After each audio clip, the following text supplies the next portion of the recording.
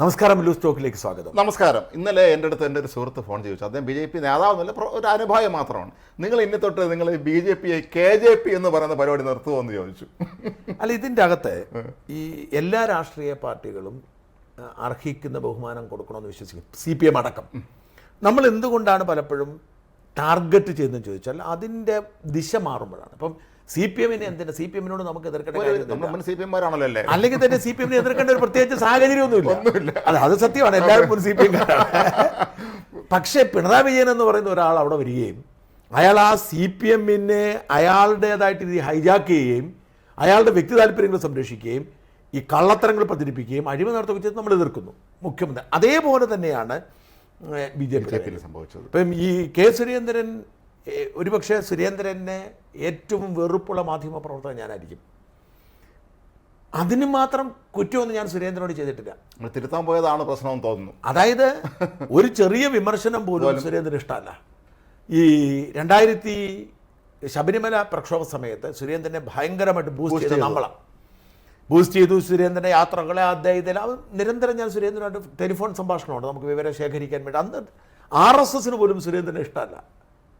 പക്ഷേ നമ്മൾ സർവേ നടത്തി ആരായിരിക്കണം അടുത്ത BJP പ്രസിഡന്റ്. ഈ BJPയുടെ ഒരു പ്രത്യേകത, ശ്രീരംപിള്ള സാറാണ്. BJPയുടെ ഒരു പ്രത്യേകത മറ്റ് രാഷ്ട്രീയ പാർട്ടികളെ പോലല്ല, BJPയുടെ ആൾക്കൂട്ടമാണ്. വളരെ കുറച്ച് പേരേ ഉള്ളൂ. BJPക്ക് ഒരു 15% വോട്ടുണ്ടെങ്കിൽ ഒരു 4-5% മാത്രമേ BJPക്കാരുള്ളൂ. ബാക്കി 10%, 15% വരുന്ന അനുഭാവികളാണ്. അപ്പം ഇവരെ സംബന്ധിച്ചിടത്തോളം ഇവർക്ക് നേതാക്കന്മാരെ നോക്കേണ്ട കാര്യം, ഇവർ നേതാക്കന്മാരെ തെറി പറഞ്ഞു തുടങ്ങും. അപ്പം മറ്റ് പാർട്ടിക്ക് അത്രയും വലിയ കുഴപ്പമില്ല. അപ്പം അന്ന് നമ്മൾ സർവേ നടത്തിയപ്പോൾ അന്നത്തെ പ്രസിഡന്റ് ആയിരുന്ന മറ്റേ ശ്രീധരൻപിള്ളയ്ക്ക് 2% പേരുടെ പിന്തുണയുണ്ട്. 98 അപ്പം വേറെ പലരുണ്ടായിരുന്നു. 89% പേരുടെ പിന്തുണയായിരുന്നു സുരേന്ദ്രന് കിട്ടിയത്. ഈ ഒരു സമ്മർദ്ദത്തിൻ്റെ ഭാഗമായിട്ടാണ്, ജനങ്ങളുടെ ഒരു സമ്മർദ്ദത്തിൻ്റെ ഭാഗമായിട്ടാണ് സുരേന്ദ്രനെ പ്രസിഡന്റ് ആക്കുന്നത്. പക്ഷേ സുരേന്ദ്രൻ പ്രസിഡന്റ് ആയതിൻ്റെ പിറ്റേ ദിവസം മുതൽ അയാളുടെ സ്വഭാവം മാറി. ഞാൻ അത്ഭുതപ്പെട്ടു പോയത്, പ്രസിഡന്റ് ആയി കഴിഞ്ഞപ്പോൾ ഞാൻ അദ്ദേഹത്തിന് അഭിമുഖം വേണമെന്ന് പറഞ്ഞിരുന്നു. വരാം എന്ന് പറഞ്ഞു. ദീർഘകാലത്തിന് ശേഷം മനസ്സൊരു അഭിമുഖത്തിന് വന്ന ഉടനെ എന്നോട് ഗുസ്തി. അയാൾ കോന്നി മത്സരിച്ചപ്പം അയാൾ തോക്കുമെന്ന് ഞാൻ പറഞ്ഞു എന്നുള്ളതാണ് അയാളുടെ പ്രശ്നം. അപ്പം ഞാൻ പറഞ്ഞു, ഞാൻ വ്യക്തിപരം സർവേ നടത്തി, സർവേയിൽ കണ്ടു നിങ്ങൾ 3-ാം സ്ഥാനത്താണ്. നിങ്ങൾ 3-ാം സ്ഥാനത്തായിരുന്നല്ലോ, സ്വാഭാവികം. അപ്പം പുള്ളിക്ക് അത് ഇഷ്ടപ്പെട്ടില്ല. അങ്ങനെയല്ല, സുരേന്ദ്രൻ ജയിക്കുമെന്ന് പറയണമായിരുന്നു. ഞാൻ പറഞ്ഞു, ഞാൻ ചെയ്യുന്നത് പത്രപ്രവർത്തനമാണ്, ഞാൻ ജന്മഭൂമിയും ജനജീവി അല്ല നടത്തുന്നത്. 87 നിയമസഭാ തെരഞ്ഞെടുപ്പിന് MV വീരേന്ദ്രകുമാർ അസംബ്ലി ഇലക്ഷൻ തോറ്റു എന്ന് വാർത്ത ഒരേ ഒരു പത്രം മാതൃഭൂമിയായിരുന്നു. അന്ന് MD നലപ്പാടായിരുന്നു പത്രാധിപരായിരുന്നത്. ഏഷ്യാനെറ്റ് ഇന്നലെ രാജീവ് ചന്ദ്രശേഖർ BJPയുടെ സംസ്ഥാന പ്രസിഡന്റ് ആയപ്പോൾ ചർച്ച നടത്താത്ത ഒരേ ഒരു ചാനൽ ഏഷ്യാനെറ്റ്. ഞാൻ കണ്ടു, എല്ലാ ചാനലും ചർച്ച നടത്തി. അപ്പം അതല്ലേ ചെയ്യണ്ടേ. എന്നെ സംബന്ധിച്ചിടത്തോളം നമ്മളെ സംബന്ധിച്ച് നമ്മൾ സർവേ നടത്തുമ്പോൾ സർവേയുടെ ഫലം പുറത്തു വിടും. അപ്പം ശോഭാ സുരേന്ദ്രന് വലിയ വിഷമമുണ്ടായി. കാരണം ശോഭാ സുരേന്ദ്രൻ്റെ സർവേ നമ്മൾ വന്നപ്പം ആലപ്പുഴയിൽ ശോഭാ സുരേന്ദ്രൻ 3-ാമതാണ്. ശോഭ എന്നെ വിളിച്ചു, ഷാജൻ. ഞാൻ പറഞ്ഞു, ശോഭ, എനിക്ക് നിങ്ങളെ ഭയങ്കര ഇഷ്ടമാണ്, നിങ്ങൾ ജയിക്കണമെന്ന് എനിക്ക് ആഗ്രഹമുണ്ട്, പക്ഷേ എൻ്റെ സർവേ ഫലം പറയുന്നത് നിങ്ങൾ 3-ാമതാണെന്നാണ്. ഞാൻ എങ്ങനെ നിങ്ങൾ 1-ാമതെത്തുമെന്ന് പറയും. അപ്പം ഇതാണ് സുരേന്ദ്രൻ. സുരേന്ദ്രൻ ഞാൻ നമ്മളുടെ ഏക പ്രശ്നം, സർവേയിൽ സുരേന്ദ്രൻ ജയിക്കത്തില്ല എന്ന് പറഞ്ഞതാണ്. പിന്നെ ചെയ്യുന്നത് എന്താ വെച്ചാൽ, ഇവർക്കൊക്കെ പറ്റുന്നത്, സുരേന്ദ്രനെ പോലവർക്ക് പറ്റുന്നത് ചെവി തിന്നുന്ന കുറേ അസ്മാദികളുണ്ട്. അത് ആരാലും ഒരു അധികാര പൊസിഷനിലേക്ക് എത്തുമ്പോഴേ ചുറ്റും ഓടിക്കൂടും. ഇവന്മാരൊന്ന് ചെവി കൊണ്ട് നുണ പറഞ്ഞു. ഇപ്പം സൂരജ് എലന്തൂർ എന്ന് പറഞ്ഞൊരു പത്തനംതിട്ടക്കാരനുണ്ട്. ഇവനെ ആണ് പുള്ളിയുടെ ചെവി ചെന്ന് എന്തൊക്കെയോ പറഞ്ഞു. അവനൊരു കൊട്ടേഷൻ എടുത്തു. അങ്ങനെ നമുക്കെല്ലാം വാശിയുണ്ട്. വാസ്തവത്തിൽ CPM-ആയിട്ടുള്ള നമ്മുടെ ശത്രുത ശക്തമാവുന്നത് വളരെ നല്ല സൗഹൃദത്തിലായിരുന്നു നമ്മൾ. ഈ കൊടിസുനിക്ക് ജയിലിൽ സൗകര്യങ്ങൾ ചെയ്ത് കൊടുക്കുന്നത് നമ്മളാണ് ആദ്യം ബ്രേക്ക് ചെയ്യുന്നത്. ബ്രേക്ക് ചെയ്തപ്പോൾ ഇവരെ സംഘടിതമായിട്ട് ഒരുമിച്ച് ചേർന്ന് നമ്മളെ ഈ അൺഫോളോ ചെയ്യുകയും നമ്മളെ ഫേസ്ബുക്കിൻ്റെ ഈ നെഗറ്റീവ് മാർക്ക്, 0 മാർക്ക് എന്തോ സാധനം ഇട്ട് നമ്മളെ താത്തു. അപ്പോൾ വാശിയായി. അപ്പോൾ തിരിച്ചടിച്ചു. ഈ തിരിച്ചടി വഷളായി കൊടിസുനിയുടെ പേരിൽ അടിച്ചടിച്ച് ഇത് തന്നെയാണ് സുരേന്ദ്രൻ സംഭവിച്ചത്. അപ്പോൾ സുരേന്ദ്രൻ വ്യാജനസ്കറിയാവുന്ന രംഗത്തിറങ്ങി, നമ്മളപ്പോൾ ഉള്ളി സുരീന്ദ്രൻ രംഗത്തിറങ്ങി. ഇതിങ്ങനെ അങ്ങോട്ട് ഗുസ്തി പിടിച്ചങ്ങ് പോയി. പിന്നെ എനിക്ക് അയാളോട് സഹതാപം തോന്നിയത് എവിടെയാണെന്ന് വെച്ചാൽ, ഇയാൾ ശ്രീജിത്ത് പണിക്കരെ ചീത്ത വിളിച്ചവരാ കള്ളപ്പണിക്കരെന്ന് പറഞ്ഞത്. അപ്പോഴാണ് എനിക്ക് മനസ്സിലായത് ഇയാൾക്ക് ഒരു മെറിട്ടുമില്ല. BJPക്ക് വേണ്ടി ഇത്രയും BJP പറഞ്ഞ ഒരാൾ പഠിച്ച കാര്യങ്ങൾ.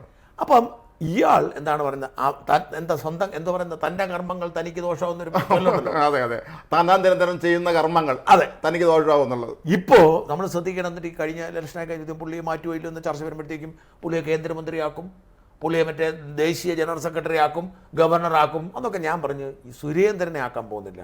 PS ശ്രീധരൻപിള്ളയെ ഗവർണറാക്കും എന്ന് പറഞ്ഞാൽ അതിനകത്ത് അയാൾ വലിയ പണ്ഡിതനായിരുന്നു, നിയമജ്ഞനാണ്, ലീഗൽ ലൂമിനറി അല്ലേ, വലിയ നിയമജ്ഞനാണ്, കാര്യങ്ങളറിയാം. മാത്രമല്ല അയാൾ നല്ല ബന്ധമുള്ള ആൾ, ജനകീയനല്ല. കുമ്മനം രാജശേഖരനെ കൊണ്ടാക്കിയത് അവിടെ ഒരു പാവം മനുഷ്യനാണ് അയാളെ മാറി. പക്ഷേ അങ്ങനെയല്ല സുരേന്ദ്രൻ എന്ന് പറഞ്ഞാൽ യാതൊരു ക്വാളിറ്റി ഉള്ള ആളല്ല. ഇപ്പോൾ ദേശീയ കൗൺസിൽ അംഗമായി ഞാൻ കേരളത്തിൽ നിന്ന് 30 ദേശീയ കൗൺസിൽ ഉണ്ട്. അപ്പോൾ എത്ര ദേശീയ കൗൺസിൽ അംഗങ്ങൾ BJPക്ക് കാണും? ഉത്തർപ്രദേശിൽ എത്ര പേര് കാണും? കേരളത്തിൽ 30 പേരുണ്ടെങ്കിൽ UP പോലെ വലിയ സംസ്ഥാനങ്ങളിൽ എത്ര പേര് കാണും? അപ്പോൾ ഇവരുടെ ദേശീയ കൗൺസിലിൽ ചേരാൻ സാധ്യതയില്ല. കാരണം ഒരു 5000 പേരെങ്കിലും കാണും ദേശീയ കൗൺസിൽ. ഈ 5000 പേരെ വെച്ചോണ്ട് ഇവർക്ക് യോഗം നടത്താം. എനിക്ക് എത്ര വർഷങ്ങൾ കൂടുമ്പോൾ ഒരു സംഘം ചേരുന്നതാണെന്നാണ് ഈ പരിപാടി. 5000 പേരെ കൊണ്ട് അതിലേക്ക് ഒരു സ്ഥാനക്കയറ്റം കൊടുത്തിട്ടുണ്ട്. അർഹിക്കുന്ന ശിക്ഷയാണ്, ഒരു സംശയവും വേണ്ട. അപ്പോൾ അയാൾ നടത്തിയ ഇടപെടലാണ് ഞാൻ ഈ പറഞ്ഞ KJP എന്ന പേര് ദോഷത്തിന് കാരണമായത്. അത് BJP ആയിരുന്നില്ല, അത് KJP തന്നെയായിരുന്നത്. അതിനകത്ത് തർക്കമില്ല. അതാണ്, അതിനപ്പുറത്തേക്ക് ഒരു വിരോധം നമുക്കില്ല. അതിനെ നമ്മൾ പ്രതിഷേധിച്ചു, ഗുണമുണ്ടായി. ഇനി രാജീവ് ചന്ദ്രശേഖർ ഇന്ന് സംസ്ഥാന പ്രസിഡന്റായി ഔദ്യോഗികമായി ചുമതലയേറ്റിരിക്കുന്നു. അദ്ദേഹം മാത്രമേ നോമിനേഷൻ കൊടുത്തിട്ടുള്ളൂ. അദ്ദേഹം നല്ലൊരു പ്രസംഗം നടത്തി കേട്ടോ. അതൊരു നല്ല പ്രസംഗമായിരുന്നു. കാരണം ഇവിടെ പലരും പറഞ്ഞു അദ്ദേഹം വലിയ രാഷ്ട്രീയ പരിചയമില്ലാത്ത ആളെന്നൊക്കെ പറയുമ്പോൾ പോലും അദ്ദേഹം വളരെ ഭംഗിയായിട്ട് കാര്യങ്ങൾ അവതരിപ്പിച്ചു. അദ്ദേഹം പറഞ്ഞു ഇവിടെ വേണ്ടത് നോക്കൂലിയല്ല, ഇവിടെ വേണ്ടത് ഈ നിക്ഷേപവും തൊഴിലവസരങ്ങളുമാണെന്ന് അദ്ദേഹം പറഞ്ഞു. ഈ അദ്ദേഹം മാത്രമേ നോമിനേഷൻ കൊടുത്തുള്ളതിനെ തുടങ്ങാം. യഥാർത്ഥത്തിൽ CPM-ന്റെ ജനാധിപത്യവും BJPയുടെ ജനാധിപത്യവും പറച്ചിലിൽ മാത്രമുള്ള ജനാധിപത്യം. അതിൻ്റെ ടിപ്പിക്കൽ എക്സാമ്പിളാണ്. അതായത് BJPയുടെ ജനാധിപത്യം അവർ കറക്റ്റ് ഭരണഘടനാപരമായി ചെയ്യേണ്ട ജനാധിപത്യം ചെയ്യുന്നുണ്ട്, പക്ഷേ ജനാധിപത്യമില്ല. ഇവർ ചെയ്തിരിക്കുന്നത് എന്താണെന്ന് വെച്ചാൽ ദേശീയ തലത്തിൽ അമിത്ഷായും മോദിയും നഡ്ഡയും കൂടെ ചേർന്ന് പ്രസിഡന്റ് ആരാണ് വസതിന് അതാണ് നല്ലത് അവിടുത്തെ, അല്ലെങ്കിൽ മത്സരമൊക്കെ എന്നിട്ട് അവർ തീരുമാനിക്കുന്നു. ഈ തീരുമാനം കോർ കമ്മിറ്റിയിൽ പറയുന്നു. എന്നിട്ട് കോർ കമ്മിറ്റി രാവിലെ പറയുന്നു ഈ പറഞ്ഞയാൾ മാത്രമേ നോമിനേഷൻ കൊടുക്കാൻ പാടുള്ളൂ, വേറെ ആരും നോമിനേഷൻ കൊടുക്കാൻ പാടില്ല. അപ്പം കോർ കമ്മിറ്റിയിൽ നിന്ന് ഉച്ച കഴിഞ്ഞ് സംസ്ഥാന കമ്മിറ്റി ഓഫീസിൽ പോയിട്ട് നോമിനേഷൻ കൊടുക്കുന്നു. ജില്ലാ പ്രസിഡന്റ് കാര്യത്തിൽ അങ്ങനെ എല്ലാം അങ്ങനെ തന്നെയാണ്, നോമിനേഷൻ കൊടുക്കുന്നു. അപ്പം നോമിനേഷൻ്റെ കാലാവധി കഴിയുമ്പം ഒരാൾ അയാളെ CPM ഇതാണല്ലോ ചെയ്യുന്നല്ലോ. അപ്പൊ ജനാധിപത്യം എന്ന് പറയാം. പക്ഷെ കോൺഗ്രസ് അങ്ങനെയില്ല. അവിടെ പിന്നെ ഇതില്ല, കോൺഗ്രസ് നോമിനേഷനും ഇല്ല, നേരെ പ്രഖ്യാപിക്കുകയാണ് ചെയ്തത്. സംഘടനാ തെരഞ്ഞെടുപ്പ് നടത്തി, പിന്നെ ഇല്ല. അപ്പൊ ഇങ്ങനെയാണ് അയാളായത്. 1. 2, BJP പ്രസിഡന്റിനെ തെരഞ്ഞെടുത്തതിലെ ഔചിത്യം ശരിയോ തെറ്റോ എന്നുള്ള ചോദ്യമുണ്ട്. റിസൾട്ട് എങ്ങനെയാണെന്ന് ചോദ്യം. ഞാൻ വ്യക്തിപരമായി പറയും കുറച്ചുകൂടി നല്ലത് ശോഭാ സുരേന്ദ്രനായിരുന്നെന്നാണ്. ജനകീയ ബന്ധമുള്ള ആഴത്തിൽ ബന്ധമുള്ള എക്സ്പീരിയൻസ്, ദീർഘകാലമായി പാർട്ടി പ്രവർത്തന പരിചയമുള്ള ഒരാൾ, ജനങ്ങളുടെ ഇടയിൽ സ്വാധീനമുള്ള, എവിടെ മത്സരിച്ചാലും അവിടെ എല്ലാം വോട്ട് ഷെയർ കൂട്ടുന്ന ആള്, സ്ത്രീ പിന്തുണയുള്ള ഒരാൾ. അപ്പോൾ അടുത്ത ചോദ്യം ഉണ്ടും MD രമേശിനെ പരിചയമില്ലെന്ന് ചോദിക്കും. ദീർഘകാലത്തെ പരിചയമുണ്ട്. പക്ഷേ MD രമേശിനെ വ്യക്തിപരമായി പറഞ്ഞു. ഞാൻ MD രമേശ് അടക്കം PS ശ്രീധരൻപിള്ള അടക്കം കേരളത്തിലുള്ള ടിപ്പിക്കൽ BJP മറ്റേ ഗോപാലകൃഷ്ണൻ, രാധാകൃഷ്ണൻ, ഒരുപാട് പേർ, ഇവരാരും ക്രൗഡ് പുള്ളേഴ്സ് അല്ല. ഇവരൊക്കെ അവിടെ സംഘടനാപരമായി അവരുടെ ഒരു പ്രാദേശികമായി മികവ് തെളിയിച്ചിട്ടുണ്ടാവാം. അതിനപ്പുറത്തേക്ക് ഒരു ജനകീയ മുഖമല്ല. MD രമേശിന് കാര്യം പ്രത്യേകം പറയുകയാണ്. MD രമേശ് നല്ല സംഘാടകനാണ്, നല്ല പ്രസംഗകനാണ്, നല്ല അറിവുള്ളയാണ്. അപ്പം ഈ MD രമേശിൻ്റെ മോശക്കാരൻ, MD രമേശിനൊരു ജനകീയ മുഖമില്ല. ഇതുപോലെയാണല്ല ശോഭാ സുരേന്ദ്രൻ. അദ്ദേഹത്തിന് ഒരു സൗമ്യനായ ഒരാളുടെ മുഖമാണുള്ളത്. രാഷ്ട്രീയ ഇന്നത്തെ നേതാക്കൾ നല്ല മനുഷ്യനാണ്, നന്നായിട്ട് കാര്യങ്ങൾ അറിയാം, പക്ഷെ ഒരു ജനകീയ മുഖമില്ല. നല്ല സംഘാടകനാണ്. CPM-ലാണെ പറ്റും ജനകീയ മുഖവും വേണം. പാർട്ടിയുടെ സംസ്ഥാന സെക്രട്ടറി ആവുന്ന പിണറായി ജനകീയ മുഖമായിട്ടായതാണ്. അവിടെ ജനകീയത വേണ്ട എന്നുള്ള പ്രശ്നമാണ്. അതേസമയം ശോഭാ സുരേന്ദ്രൻ എന്ന് പറയുന്നത് സാധാരണ മനുഷ്യരുടെ ഒരു ലുക്കാണ്, സാധാരണ മനുഷ്യരുടെ ഭാഷ. ഇതാണ് ശോഭയുടെ പ്രത്യേകത. അപ്പോൾ ശോഭയാവത്തില്ല എന്ന് ചോദ്യം. അവിടെയാണ് ഞാൻ ശോഭയാവാതിരിക്കാൻ കാരണമായി പറയുന്നത് സുരേന്ദ്രൻ്റെ അനുഭവമാണ്. കാരണം സുരേന്ദ്രൻ വലിയ ജനപിന്തുണയോടെ ജനകീയ സമ്മർദ്ദത്തിൻ്റെ ഭാഗമായി ആയ ആളാണ്. പക്ഷേ അയാളൊരു വലിയ പരാജയമായിരുന്നു. അത് BJP നേതൃത്വത്തിന് മനസ്സിലായി. കാരണം ഈ കെ സുരേന്ദ്രൻ BJP പ്രസിഡൻ്റായിട്ട് ഗ്രൂപ്പ് വഴക്കിന് പ്രാധാന്യം കൊടുത്ത് ഗ്രൂപ്പ് ശക്തി കേന്ദ്രീകരിച്ച് ശരിക്കും ഇവിടുത്തെ സാധാരണ BJP-ക്കാരെ വേദനിപ്പിച്ചു കളഞ്ഞു. ശോഭാ സുരേന്ദ്രൻ വന്നാലും വ്യത്യസ്തമായി ആകുമോ? കാരണം വേറൊരു ഈ 2 ഗ്രൂപ്പ് അല്ല എങ്കിൽ പോലും ശോഭയുടേതായ ഒരു ഗ്രൂപ്പാണ്. ആണല്ലോ. മാത്രമല്ല ചുറ്റിന് ഒരുപാട് ആൾ, പഴയ ആൾ തന്നെയാണ് അവിടെ ഉള്ളത്. അപ്പൊ കുറെ പേര് അവിടെ നിന്ന് ഇവിടുന്നൊക്കെ മാറി ഇങ്ങോട്ട് കൂടെ വരും, ശോഭ ഗ്രൂപ്പിലേക്കും വരും. മാത്രമല്ല ശോഭയ്ക്കെതിരെ മറ്റ് 2 ഗ്രൂപ്പുകാർ ഒരുമിച്ച് നിൽക്കും. നേരത്തെ ഒറ്റക്കെട്ടാണല്ലോ, ഒറ്റക്കെട്ടാണ്. അവർ ഒരുമിച്ച് നിൽക്കുകയും വളരെ ശാസ്ത്രീയവും സംഘടിതമായി പ്രവർത്തിക്കുകയും ചെയ്ത സംഘടനാ സംവിധാനം പൊളിഞ്ഞു പോകും. ശോഭയ്ക്ക് ഒരിക്കലും ഒറ്റയ്ക്ക് ഈ പറയുന്ന വമ്പന്മാരെ തോൽപ്പിച്ച്, കാരണം ഈ സംഘടനയല്ല, കഴിഞ്ഞ 5 കൊല്ലം കൊണ്ട് സംഘടന സുരേന്ദ്രൻ്റെ കസ്റ്റഡിയിലായി. ഇപ്പോൾ സൂര്യ ജലന്ധരാണ് ഇത്തവണയും പ്രസിഡന്റ്, പത്തനംതിട്ട 2 പ്രസിഡന്റ്. അപ്പോൾ ഇത്തരത്തിലുള്ള ടീംസാണ് ഇവരുടെ കാര്യം. ഒരിക്കലും ശോഭാ സുരേന്ദ്രനെ പിടിച്ചേക്കാൻ പറ്റില്ല. പിന്നെ ഇവർ ഈ ആവശ്യമില്ലാത്ത കഥകളൊക്കെ പൊക്കിക്കൊണ്ട്, പണ്ട് ശോഭാ സുരേന്ദ്രൻ എന്തോ ഒരു മുദ്രപത്രത്തിൽ എന്തോ സമ്മതപത്രം കൊടുത്തു സാധനം ഇവന്മാർ തന്നെ പുറത്ത് വിട്ടു, എനിക്ക് അയച്ചു തന്നൊരു BJP കാരനാണ്, ശോഭയ്ക്കെതിരെ കൊടുക്കണമെന്ന് പറഞ്ഞു. അപ്പോൾ ഇതെല്ലാം കൂടെ വരുന്നത് കൊണ്ട് വീണ്ടും അലമ്പാവുന്നത് കൊണ്ടാണ് ഇവർ തിരഞ്ഞെടുത്തത് രാജീവ് ചന്ദ്രശേഖരനെ. രാജ്മോഹൻ എന്താണ് രാജീവ് ചന്ദ്രശേഖരൻ വരവിനെ കുറിച്ച് എങ്ങനെയാണ് കാണുന്നത്? രാജീവ് ചന്ദ്രശേഖരൻ്റെ വരവ് ശരിക്കും പറഞ്ഞാൽ അദ്ദേഹം ഒരു ഗ്രൂപ്പിലും പെടാത്ത ആളാണ്. അദ്ദേഹം വളരെ ജീവിതത്തിൽ അദ്ദേഹം കരിയറിലെല്ലാം വിജയിച്ചൊരു മനുഷ്യനാണ്. ഞാൻ അദ്ദേഹത്തിന് ഏറ്റവും വലിയ പോയിന്റായിട്ട് കാണുന്ന അതാണ്. നമ്മൾ അദ്ദേഹത്തിൻ്റെ കരിയറിലാണെങ്കിലും അതിൻ്റെ ജീവിതത്തിലെല്ലാം തന്നെ വിജയിച്ച ഒരാളാണ്. അങ്ങനത്തെ ഒരാൾ ഒരു പ്രധാനപ്പെട്ട പ്രസ്ഥാനത്തിന് തലപ്പത്ത് വരുമ്പോൾ അയാൾക്ക് അധികം രാഷ്ട്രീയ പരിചയമില്ല എന്ന് പറഞ്ഞാൽ കാര്യമൊന്നുമില്ല. അദ്ദേഹം 18 വർഷം രാജ്യസഭാംഗമായിരുന്ന ആളാണ്. അങ്ങനെ പരിചയം, പിന്നെ മാത്രമല്ല കേന്ദ്രമന്ത്രിയായിരുന്ന ആളാണ്. നമ്മൾ പലപ്പോഴും എൻ്റെ പല സുഹൃത്തുക്കളും ചോദിക്കും ഇദ്ദേഹത്തിന് വലിയ രാഷ്ട്രീയ പരിചയമൊന്നും ഇല്ലല്ലോ എന്ന്. 81 രാഷ്ട്രീയത്തിൽ വന്ന രാജീവ് ഗാന്ധി 84 ഇന്ത്യയുടെ പ്രധാനമന്ത്രിയായി, വെറും 3 വർഷം. അത് ആയിരുന്ന മനുഷ്യനാണ്. രാഹുൽ ഗാന്ധിക്ക് എന്ത് രാഷ്ട്രീയ പരിചയം? രാജീവ് ഗാന്ധിക്ക് സംഭവിച്ചതെന്നാണെന്ന് വെച്ചാൽ അദ്ദേഹത്തിന് പറ്റിയ ഒരു ചെറിയൊരു അബദ്ധം. അന്ന് കരുണാകരനും നരസിംഹറാവും പ്രണബ് മുഖർജിയൊക്കെ ഉണ്ടായിരുന്നപ്പോൾ പോലും അദ്ദേഹത്തിൻ്റെ ഒപ്പം സ്കൂളിൽ പഠിച്ച അരുൺ സിംഗും അരുൺ നെഹ്റുവും അല്ലെങ്കിൽ നമ്മുടെ ആരിഫ് മുഹമ്മദ് ഖാനെ പോലെ കുറച്ചാളെ ചുറ്റി നിന്ന് നിർത്തുകയും അവർ പറയുന്നതനുസരിച്ചെല്ലാം പ്രവർത്തിക്കാൻ ചെയ്ത അബദ്ധത്തിൽ ഞാൻ ചാടിയതാണ് അദ്ദേഹത്തിന് പറ്റിയൊരു ദുരന്തം. അതല്ലെങ്കിൽ അദ്ദേഹം നല്ല പ്രധാനമന്ത്രി തന്നെയായിരുന്നു. ഏതായാലും ഇദ്ദേഹത്തെ സംബന്ധിച്ച് ഇദ്ദേഹം ഒരു ഭയങ്കര സക്സസ്ഫുൾ ആയിട്ടുള്ളൊരു മനുഷ്യനാണ്, ബിസിനസ്സിലും എല്ലാ കാര്യങ്ങളിലും. അതിന് വലിയൊരു ഗുണം ചെയ്യും. എനിക്ക് തോന്നിയൊരു കാര്യം, ഇയാളുടെ രാഷ്ട്രീയ പരിചയമില്ലായ്മ തന്നെയാണ് ഇവരെ തെരഞ്ഞെടുക്കാനായിട്ട് കാരണമായത്. കാരണം ഇയാൾക്ക് നിങ്ങൾ പറഞ്ഞ പ്രാക്ടിക്കൽ പൊളിറ്റിക്കൽ എക്സ്പീരിയൻസ് ഉണ്ട്. 18 വർഷം രാജ്യസഭയിലുണ്ടായിരുന്നു, മന്ത്രിയായിരുന്നു 3 വർഷം. പക്ഷേ കേരളത്തിലെ ഈ എന്താ പറയുന്നത്, അതിന് പറയുന്നത് ഈ തറ പൊളിറ്റിക്സിനോട് അയാൾക്ക് പരിചയമില്ല. അല്ല, ഞാൻ അയാളെക്കുറിച്ച് ഇന്നലെ ഞാൻ അയാളുടെ വളരെ വിശ്വസ്തനായ ഒരാളോട് ഞാൻ ഈ ജാതിയും മതമൊക്കെ സംസാരിച്ചപ്പോൾ അയാളോട് പറഞ്ഞൊരു കാര്യം, ഷാജനൊരു കാര്യം അറിയാമോ, തിരുവനന്തപുരത്ത് മത്സരിച്ചപ്പോഴാണ് പുള്ളി അറിഞ്ഞ പുള്ളി നായരാണ്. പുള്ളിക്ക് നായരും നേരൊരു ഇതൊന്നും പുള്ളിക്ക് അറിയത്തില്ല. പുള്ളി വേറൊരു കൾച്ചർ ജനിച്ചാണ്, നായരാ. അപ്പൊ ഈ നായർ ഹൈലൈറ്റ് ചെയ്താൽ മാത്രമേ തിരുവനന്തപുരത്ത് ജയിക്കാൻ പറ്റൂ എന്ന് പറഞ്ഞപ്പോഴാണ് പുള്ളി നായരാണെന്ന ഐഡന്റിറ്റി തിരിച്ചറിഞ്ഞിട്ട് പുള്ളി നായർ രീതിയൊക്കെ തുടങ്ങിയെന്ന് പറഞ്ഞു. കാരണം പുള്ളിക്ക് അറിയത്തില്ല, കാരണം പുള്ളി പഠിച്ചത്, പുള്ളി വന്ന പുള്ളിയുടെ അപ്പം പട്ടാളക്കാരനായിരുന്നു. അത് കഴിഞ്ഞ് രാജ്യം മുഴുവൻ സഞ്ചരിച്ച് ജീവിച്ച ആളാണ്. നല്ല വിദ്യാഭ്യാസം, വിദേശത്ത് കഴിഞ്ഞിട്ട് ഉന്നത പഠനത്തിന് വേണ്ടി പോയത് അമേരിക്കയിലാണ്. അവിടെ ഹാർവാർഡ് വരെ പഠിച്ചിട്ട് അവിടെ തന്നെ ജോലിക്ക് കയറി, ഇന്ത്യയിൽ ജോലിക്ക് കയറി. ജോലിയുടെ ഇടയിലാണ് ഇങ്ങേരെ കല്യാണം കഴിച്ചപ്പം അമ്മായിയപ്പൻ്റെ ബിസിനസ് സഹായിക്കാൻ വേണ്ടി കൊണ്ടുവരുന്നത്. പിന്നെ പുള്ളി ഇവിടുത്തെ ഒരു ബിസിനസ്സുകാരനായി മാറി. ബാംഗ്ലൂരായിരുന്നു പുള്ളിയുടെ കേന്ദ്രം. പുള്ളി കേരളമായിട്ടൊരു ബന്ധമില്ല. അങ്ങനെ ബാംഗ്ലൂർ, അങ്ങനെയാണ് കർണാടകയിൽ നിന്ന് 18 കൊല്ലം പുള്ളി രാജ്യസഭയിൽ വരുന്നത്.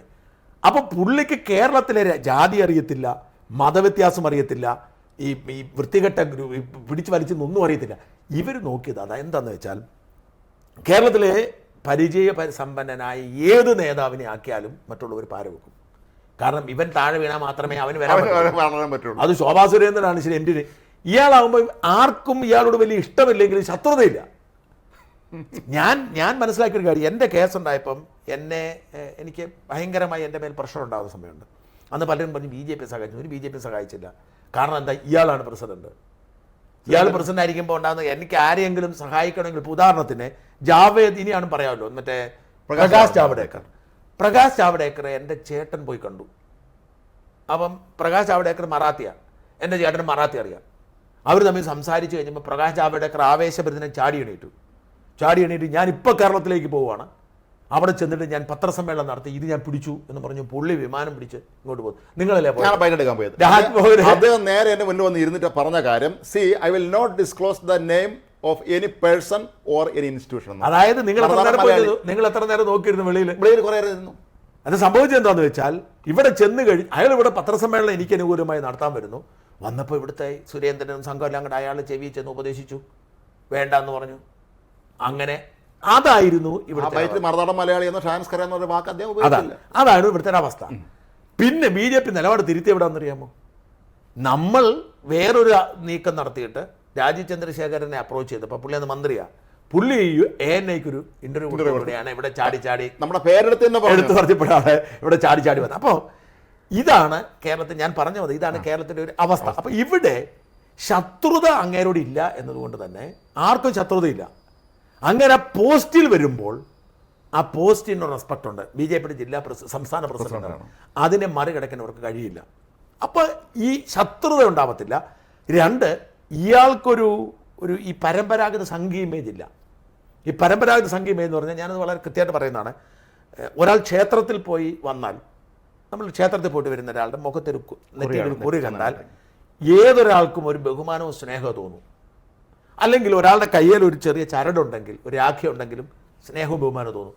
പക്ഷേ ഈ ടിപ്പിക്കൽ സംഖ്യയെ കാണുമ്പോൾ ഇവൻ സംഖ്യയാന്ന് തോന്നും. കാരണം ഇവൻ ഒരു 2 കയ്യിൽ ഒരു കുറേയധികം ചരടും കാണും, ഇവന്റെ ഈ കുറി നമ്മുടെ അനിലാന്റിന് വാരി തേച്ചിരിക്കുന്ന പോലെ കുറിയും കാണും. ഇത് കേരളത്തിലെ സാധാരണക്കാർക്കെന്നല്ല, ഹിന്ദുക്കൾക്ക് പോലും ഇഷ്ടമില്ല. വടക്കേ ഇന്ത്യയിൽ ചിലപ്പോൾ അതാ. ഇപ്പം നമ്മൾ ഈ വടക്കേ ഇന്ത്യയിലെ ട്രെയിനിലൊക്കെ യാത്ര ചെയ്ത സകലരും ഇങ്ങനെ 100,000 ചരടും കിട്ടിയ. പക്ഷെ കേരളത്തിൻ്റെ രാഷ്ട്രീയം എന്ന് പറഞ്ഞാൽ അതല്ല. ഭക്തിയുണ്ട്, പക്ഷെ അതിനെ അപ്പുറത്തേക്കില്ല. അപ്പോൾ അതുകൊണ്ട് എന്താണെന്ന് വെച്ചാൽ ഈ അത്തരത്തിലുള്ള ഒരു സംഘിമുഖമാണ് ഇവിടെ നേതാക്കളായി നിൽക്കുന്നവരെല്ലാവരും. പക്ഷെ നിഷ്പക്ഷ സമൂഹം ഒരു വശത്ത്, ഹിന്ദുക്കളിലെ തന്നെ പലതരത്തിലുള്ള ആൾക്കാരുണ്ട്. ഒന്ന് CPMലെ ഒരു വലിയ വിഭാഗത്തെ കൊണ്ടുവരണം BJPക്ക്, ഹിന്ദുക്കളായ വലിയ വിഭാഗത്തെ കൊണ്ടുവരണം. ക്രിസ്ത്യാനികളെ അടുപ്പിക്കണം. അപ്പോൾ ക്രിസ്ത്യാനികളുടെ മുമ്പിൽ ഈ വലിയ ഒരു 10-16 ചരട് ഒരു 3-4 കുറിയും തൊട്ട് ഒരുത്തിന് ഒരിക്കലും അവൻ എത്ര നല്ലവനാണെങ്കിലും ക്രിസ്ത്യാനിക്ക് ദഹിക്കത്തില്ല. പ്രൊഫഷണൽ ആയതുകൊണ്ട് അത് അത്തരം കാര്യങ്ങളൊക്കെ നന്നായി ശ്രദ്ധിക്കും. അതൊന്നും ചെയ്യത്തില്ല. മാത്രമല്ല അങ്ങേരുടെ മനസ്സിൽ ഇത്തരം ജാതിയോ മതമോ ഒന്നുമില്ലല്ലോ. അപ്പോൾ ഈ ഒരു വല്ലാത്ത പ്ലേസ്മെന്റിന്റെ ഗുണം രാജ്മോഹൻ ഞാൻ മനസ്സിലാക്കുന്നത്, ഒന്ന് BJP ഒരു ഓൾട്ടർനേറ്റീവ് ആണെന്നൊരു തോന്നൽ സാധാരണക്കാർക്കുണ്ടാവാം. ഇപ്പം അങ്ങനെ ഒരു തോന്നലില്ല. കാരണം LDFനും UDFനും BJPയും ഒക്കെ തമ്മിൽ ഏതാണ്ട് ഒരേപോലെ തന്നെയാണ്. ഇവരെല്ലാം തമ്മിൽ അങ്ങോട്ടും ഇങ്ങോട്ടും കച്ചവടം നടത്തിയാണ് ഇവർ പൊയ്ക്കൊണ്ടിരുന്നത്. അപ്പം എൻ്റെ കേസുണ്ടായപ്പം സുരേന്ദ്രനെ ഏറ്റവും കൂടുതൽ, അൻവറിനെ ഏറ്റവും കൂടുതൽ സഹായിച്ച സുരേന്ദ്രനാണ്. അവർ വലിയ അടുപ്പം, അവരമ്മയെ മച്ചാന്നാണ് വിളിക്കുന്നത്. സുരേന്ദ്രനും അൻവറും മച്ചാൻ അങ്ങോട്ടും ഇങ്ങോട്ടും വിളിക്കുന്ന മച്ചാൻ എന്നാണ്. ഭയങ്കര അടുപ്പമാണ്. ഈ പല വിവരങ്ങളും EDയെ കൂടെ നോട്ടീസ് അയപ്പിച്ചില്ലേ? EDക്ക് കേസെടുക്കാൻ പോലും വകുപ്പില്ല. നമ്മുടെ എല്ലാം ക്ലാരിറ്റിയാണ്. പക്ഷെ അത്തരത്തിലുള്ള ബന്ധങ്ങളൊക്കെ ഇതൊന്നും ഇങ്ങേരുടേതായ ഒരു അപ്രോച്ചാണ്. മാത്രമല്ല, ഇദ്ദേഹത്തിന് പാരവയ്ക്കാൻ ശ്രമിക്കുന്നവരൊന്ന് ചിന്തിക്കും, അദ്ദേഹത്തിന് അക്സസ് ഉള്ളത് പ്രധാനമന്ത്രിയുടെ അടുത്തും അമിത്ഷായുടെ അടുത്ത് വേണമെന്ന് ചിന്തിക്കും. അല്ല, അത് അവിടെയാണ് നമ്മൾ മനസ്സിലാക്കേണ്ട മറ്റൊരു കാര്യം. നമ്മുടെ ഇയാൾ സുരേഷ് ഗോപിയുടെ വിജയം. സുരേഷ് ഗോപി വിജയിച്ചത് കേരള സംസ്ഥാന ഘടകത്തിന്റെ ഒരു കോൺട്രിബ്യൂഷനും ഇല്ല. സുരേന്ദ്രൻ അവകാശപ്പെടണം അങ്ങനെയാണ്. അല്ല, അത് ചെയ്യാമല്ലോ, ഒരു ആവശ്യമില്ല. എനിക്ക് കൃത്യമായിട്ട് അറിയാം, സുരേന്ദ്രനെ ടെലിഫോണിൽ പോലും വിളിച്ച് സുരേഷ് ഗോപി സംസാരിക്കുമായിരുന്നില്ല. നേരെ ഡൽഹിയിൽ നിന്ന് കൊണ്ടിറക്കി അവർ മോണിറ്റർ തന്നെ ആളെ ഏർപ്പാടാക്കി. അയാളുടെ വഴിയിലൂടെ പോയി. സംസ്ഥാന നേതൃത്വത്തിന് സുരേഷ് ഗോപിയെ സഹായിക്കാതിരിക്കാൻ നിവൃത്തിയില്ലാതായി. സുരേഷ് ഗോപി പദ്ധതി ഇടും. ഇപ്പം മാർച്ച് നടത്താൻ തീരുമാനിക്കും കരിവന്നൂർ ബാങ്കിൽ. നേതാക്കന്മാർ വേണേ പുറകെ വന്ന് നിന്നോണം. അല്ലാതെ അത്തരത്തിൽ സുരേഷ് ഗോപി ഒരു അപ്രോച്ച് നടത്തി കേന്ദ്ര നേതൃത്വം ഇടപെട്ട് അയാൾ ജയിച്ചു. അപ്പം കേന്ദ്രത്തിന് മനസ്സിലായി അവരിടപെട്ടാൽ മാത്രമേ ഇവിടുത്തെ ചക്രലാട്ടി പോരാട്ടം നിൽക്കൂ. അങ്ങനെയാണ് ഇയാളെ കൊണ്ടിറക്കിയിരിക്കുന്നു. ഇയാൾക്കൊരു പ്രൊഫഷണൽ ഇമേജ് ഉണ്ട്. തീവ്ര ബി ജെ പിക്കാർ അല്പം മാറി നിന്നാലും പതിയെ അവർ വരാൻ നിർബന്ധിതരാവും. സാധാരണ ഈ മാസം എന്ന് പറയുന്ന മൃദുസംഖ്യകൾ എന്ന് പറയുന്ന, അല്ലെ മോദി ഭക്തർ എന്ന് പറയുന്ന സാധാരണ BJP വോട്ട് ബാങ്കുകാരെ കൊള്ളാം പ്രതീക്ഷയോടെ വരും. അങ്ങനെ ഒരു മാസ് മൂവ്മെൻ്റ് ആക്കാനുള്ള സാധ്യതയാണ് ക്രിസ്ത്യാനികൾക്ക്. അവിടെയാണ് ഇനി അടുത്ത ഘട്ടം. ഒന്ന്, ശോഭാ സുരേന്ദ്രൻ, ഞാൻ രാജീവ് ചന്ദ്രശേഖരുമായിട്ട് സംസാരിച്ചിരുന്നു ഈ സംഭവം തൊട്ട് പിന്നാലെ. ഇന്നലെ ഇങ്ങനെ പേര് വിവരം വന്നു പറഞ്ഞപ്പോൾ ഞാൻ വിളിച്ചു. അദ്ദേഹം ആദ്യം എടുത്തില്ല, പിന്നെ എന്നെ തിരിച്ചു വിളിച്ചിട്ട് ഞങ്ങളൊരു 15 മിനിറ്റ് ഞാൻ സംസാരിച്ചു. അപ്പോൾ അദ്ദേഹം പറഞ്ഞു, ഞങ്ങൾ കുറേ നേരം സംസാരിച്ചു. അപ്പോൾ അദ്ദേഹം എന്നോട് പറഞ്ഞു, ശോഭാ സുരേന്ദ്രൻ ഇവിടെ ഏറ്റവും കൂടുതൽ ജനപിന്തുണയുള്ള നേതാവാണ് ശോഭാ സുരേന്ദ്രൻ എന്നറിയാം. ശോഭാ സുരേന്ദ്രൻ എൻ്റെ കൂടെ ഉണ്ടാവും എന്ന് പറഞ്ഞു. ടീമിലുണ്ട്. 2, ക്രിസ്ത്യൻ വോട്ട് ബാങ്ക് ലക്ഷ്യമാണ് ഷോൺ ജോർജ് കൂടി ഉണ്ടാവും എന്ന് പറഞ്ഞു. ഇത് രണ്ടും കറക്റ്റ് സെലക്ഷനാണ്. ബാക്കി ആരെയും തള്ളിക്കളവില്ല, എല്ലാവരും ഉണ്ടാവും.